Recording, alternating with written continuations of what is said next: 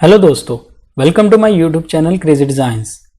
आज के इस फोटोशॉप ट्यूटोरियल में हम सीखेंगे हम किस तरह से अपनी किसी भी फोटो को ब्रिक वॉल चॉक ड्राइंग में कन्वर्ट कर सकते हैं।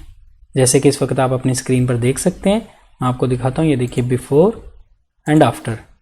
तो किन स्टेप्स के साथ हमने ये इफेक्ट अप्लाई किया है, चलिए देखते हैं। वॉल चॉक ड्राइंग के लिए हम दो इमेजेस का यूज़ करेंगे। एक इमेज आप देख सकते हैं, ये ब्रिक वॉल का इमेज है। मैं डिस्क्रिप्शन में इसका लिंक दे दूंगा, अगर आप सेम यूज़ करना चाहते हैं तो आप वहां से डाउनलोड कर सकते हैं। सेकंड वाला इमेज आप कोई भी यूज़ कर सकते हैं। मैं जो इमेज यूज़ कर रहा हूँ वो ये कार का इमेज है। फर्स्ट स्टेप में हमने इसका बैकग्राउंड रिमूव करना है। इसके लिए हम इसकी सिलेक्शन बनाएंगे। ये व्हाइट बैकग्राउंड है, बहुत ईजिली इसकी सिलेक्शन बन जाएगी। सबसे पहले हम यहाँ से जाएंगे सिलेक्ट में और यूज़ करेंगे सब्जेक्ट। ये देखिए उसने सब्जेक्ट की सिलेक्शन बना दी है। अब हम यहाँ से लेयर मास्क ऐड करेंगे। आप देख सकते हैं लेयर मास्क ऐड हो चुका है, उसने इसका बैकग्राउंड रिमूव कर दिया है। अब आप अपने कीबोर्ड से वी प्रेस कीजिए, मूव टूल सेलेक्ट करना है हमें, और इसको हम यूँ ड्रैग करते हुए इस वाले डॉक्यूमेंट में लाने के बाद अपने माउस को रिलीज कर देंगे। कंट्रोल टी प्रेस कीजिएगा और ऑल्ट प्रेस करते हुए इसको प्रोपोर्शनली रीसाइज करेंगे, यानी इसका साइज थोड़ा बड़ा करेंगे, एडजस्ट करेंगे इसको। हम यहाँ इसको सेंटर करते हैं और इसके बाद आप यहाँ से ओके कर दीजिएगा। अब हमें इसे कन्वर्ट करना है स्मार्ट ऑब्जेक्ट में। इसके लिए आप इस वाले आइकन पर क्लिक कीजिए और यहाँ से हम यूज़ करेंगे कन्वर्ट टू स्मार्ट ऑब्जेक्ट। अब हमें इसी लेयर की एक और कॉपी बनानी है, लेकिन हम कंट्रोल जे प्रेस करते हुए इसकी कॉपी नहीं बनाएंगे। हम इस पर राइट क्लिक करेंगे और यहाँ से हम यूज़ करेंगे new smart object via copy. क्योंकि कंट्रोल जे प्रेस करते हुए अगर हम इसकी कॉपी बनाएंगे तो एक स्मार्ट ऑब्जेक्ट में चेंजेस करने के साथ साथ वो दूसरे स्मार्ट ऑब्जेक्ट में भी चेंजेस करेगा। इस तरह से अगर हम कॉपी बनाएंगे तो हम दोनों में अलग अलग से चेंजेस कर सकते हैं। कॉपी बनाने के बाद टॉप वाली लेयर को हम सिलेक्ट रखते हुए यहाँ से जाएंगे एफएक्स में और यूज़ करेंगे ड्रॉप शैडो। यहाँ ड्रॉप शैडो में आने के बाद यहाँ इसकी कुछ वैल्यूज़ हैं। ब्लेंडिंग मोड इसका हम मल्टीप्लाई और कलर ब्लैक रखेंगे। इसकी ओपेसिटी को हम 40 पिक्सल्स रखेंगे, 40% रखेंगे। यूज़ ग्लोबल लाइट को हम चेक रखेंगे। इसका एंगल हम 144, डिस्टेंस इसका 130 पिक्सल्स रखेंगे। सेपरेट हम इसका 0 रखेंगे और इसके साइज को हम 25 रखेंगे। कॉन्टूर के इस ड्रॉप डाउन पर क्लिक कीजिएगा और फर्स्ट वाला लीनियर सेलेक्ट कर लीजिएगा और इसके बाद हम यहाँ से ओके कर देंगे। आप देख सकते हैं उसने शेडो क्रिएट कर दिया टॉप वाली लेयर का। इस वाली लेयर को फिलहाल के लिए हम हाइड कर देंगे और नीचे वाली लेयर को सिलेक्ट रखते हुए हम एक न्यू लेयर क्रिएट करेंगे जो कि इस लेयर से नीचे होगी। नीचे लेयर ऐड करने के लिए आप कंट्रोल प्रेस करते हुए अगर इस वाले आइकन पर क्लिक करेंगे, न्यू लेयर वाले आइकन पे, तो ये नीचे लेयर ऐड करेगा। इस लेयर में हमें ब्लैक कलर फिल करना है जो कि मेरा बैकग्राउंड कलर है। मैं कंट्रोल बैक स्पेस प्रेस करता हूँ तो आप देख सकते हैं ब्लैक कलर इसमें फिल हो चुका है। कलर फिल करने के बाद हम इस ऊपर वाली लेयर को फिर से सिलेक्ट करेंगे। यहाँ से जाएंगे फिल्टर में और यूज़ करेंगे फिल्टर गैलरी। यहाँ पे इसका आप प्रीव्यू भी देख सकते हैं। फिल्टर गैलरी में हम यहाँ से स्केच वाले फोल्डर को ओपन कर लेंगे और यहाँ से हम यूज़ करेंगे फोटोकॉपी। फोटोकॉपी सिलेक्ट करने के बाद यहाँ इसकी कुछ वैल्यूज़ हैं। डिटेल में हम 4 देंगे और यहाँ डार्कनेस में हम 38 के आसपास देंगे। इसके बाद आप यहाँ से ओके कर दीजिएगा। हम फिर से जाएंगे फिल्टर में। इस बार हम जाएंगे ब्लर और यूज़ करेंगे सरफेस ब्लर। यहाँ आने के बाद इसके रेडियस में हम 8 पिक्सल्स के आसपास देंगे और थ्रेशोल्ड को भी मैं थोड़ा सा कम करूँगा, इसको 65 लेवल्स रखेंगे और इसके बाद आप यहाँ से ओके कर दीजिएगा। अब हम इसका ब्लेंडिंग मोड चेंज करेंगे। आप यहाँ नॉर्मल पे क्लिक कीजिएगा और यहाँ से हम यूज़ करेंगे डिज़ोल्व। इसकी ओपेसिटी को भी हमें कम करना है। हम यहाँ से इसको सिलेक्ट करेंगे, यहाँ पे हम टाइप करेंगे 80% और इसके बाद आप यहाँ से एंटर कर दीजिएगा।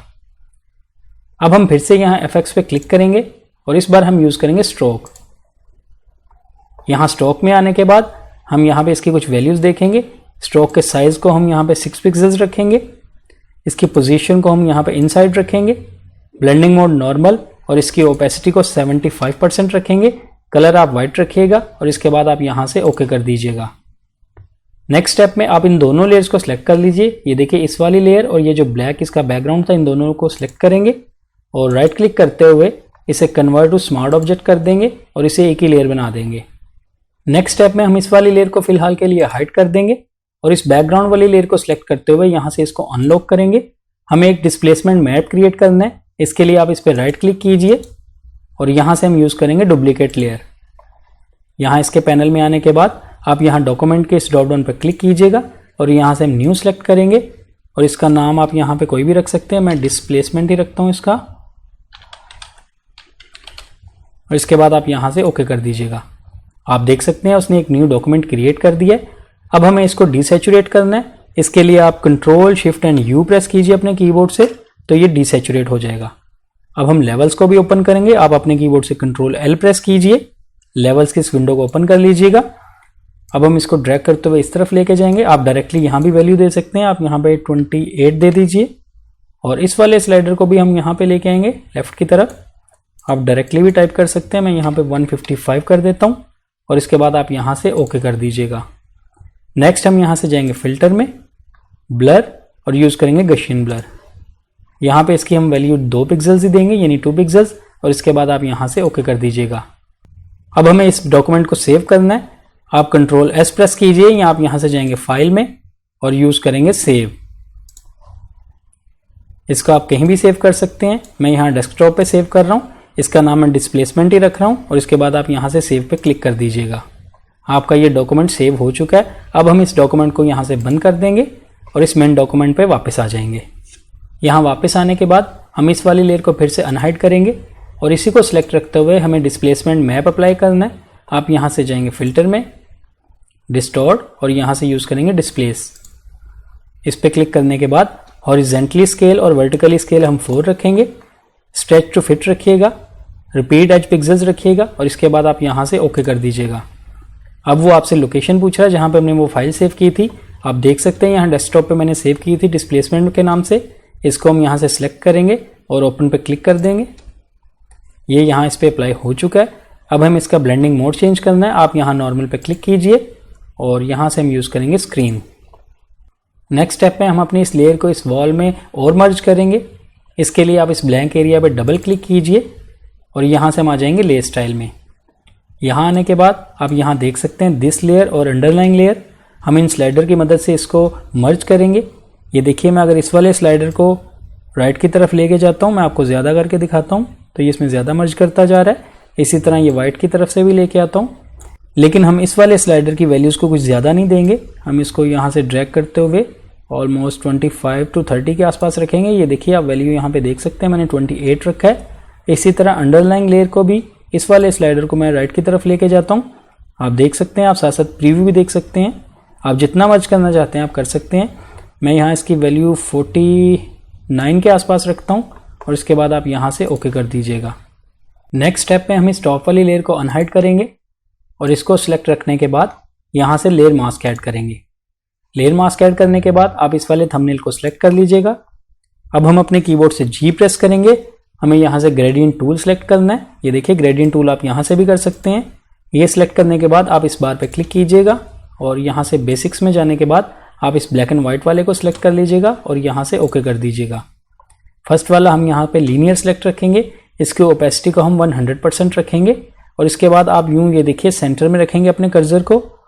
मैं ये देखिए यहाँ पे सेंटर में रखता हूँ और यहाँ से मैं यूँ ड्रैग करते हुए यहाँ लेके आऊँगा ऑलमोस्ट इतना, और यहाँ पे हम ग्रेडियंट अप्लाई कर देंगे। आप यहाँ पे देख भी सकते हैं उसने यहाँ पे मास्किंग कर दी है। इसके बाद इस मास्किंग को और बेहतर करने के लिए और मर्ज करने के लिए अब अपने कीबोर्ड से बी प्रेस कीजिए। हमें ब्रश टूल सेलेक्ट करना है। इसका साइज मैं थोड़ा सा इंक्रीज कर लेता हूँ। स्टार्ट ब्रैकेट और एंड ब्रैकेट से आप ब्रश का साइज किसी भी वक्त कम या ज़्यादा कर सकते हैं। आपका फोरग्राउंड कलर ब्लैक होना चाहिए और हम थोड़ा सा इसको जूम कर लेंगे इस तरह से। ब्रश टूल सेलेक्ट करने के बाद इसकी ओपेसिटी को मैं यहाँ पे 30% रखूँगा। फ्लो इसका हम 100% रखेंगे और इसके हार्डनेस को हम यहाँ पे 0 रखेंगे। अब हम इसके बिल्कुल एजेस पे ये देखिए मैं पेंट करता जाऊँगा। जहाँ से आप मर्ज करना चाहते हैं आप पेंट करते जाइएगा। ये देखिए मैं यहाँ पे करता जा रहा हूँ पेंट। अगर आपका ये पेंट इस तरफ ज़्यादा आ जाता है, जैसे कि ये मेरा आ चुका है, तो इसमें परेशानी की बात नहीं है। आप अपने कीबोर्ड से एक्सप्रेस कीजिए, अपना फोरग्राउंड कलर वाइट कर लीजिए और आप फिर इस एरिया पे पेंट कर सकते हैं।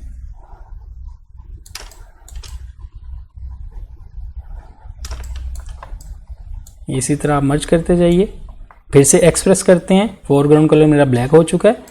अब मैं इस वाले चौक वाले एरिया को इस तरह से पेंट करूंगा जिस एरिया में मैं चौक को लेके आना चाहता हूं। ये देखिए, इस तरह से आप मर्ज करते जाइए अच्छे से।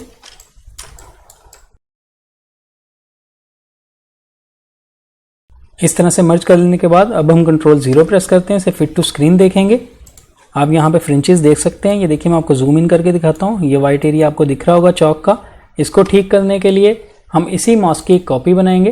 कॉपी बनाने के लिए आप ऑल्ट प्रेस करते हुए इसको ड्रैग कीजिए और इस नीचे वाली लेयर पे ले आइएगा। ये देखिए इसी मास्क की यहाँ पे कॉपी बन चुकी है। अब हम इसी मास्क को सिलेक्ट रखते हुए आप अपने कीबोर्ड से कंट्रोल आई प्रेस कीजिए। ये देखिए मैं जैसे ही कंट्रोल आई प्रेस करता हूँ तो यहाँ पे ये मास्किंग हो चुका है और यहाँ से इसके चॉक फ्रेंचेस भी खत्म हो चुके हैं। ये अप्लाई करने के बाद अब आप देख सकते हैं आपका brick wall chalk drying effect ready हो चुका है। इस तरह इन स्टेप्स पे अमल करते हुए आप अपनी किसी भी इमेज को इस तरह से ये इफेक्ट दे सकते हैं। आई होप आपको आज का ये ट्यूटोरियल अच्छा लगा होगा। वीडियो पसंद आई तो लाइक कीजिए, मेरे चैनल को सब्सक्राइब कीजिएगा। मिलते हैं नेक्स्ट वीडियो में एक न्यू ट्यूटोरियल के साथ। Thank you.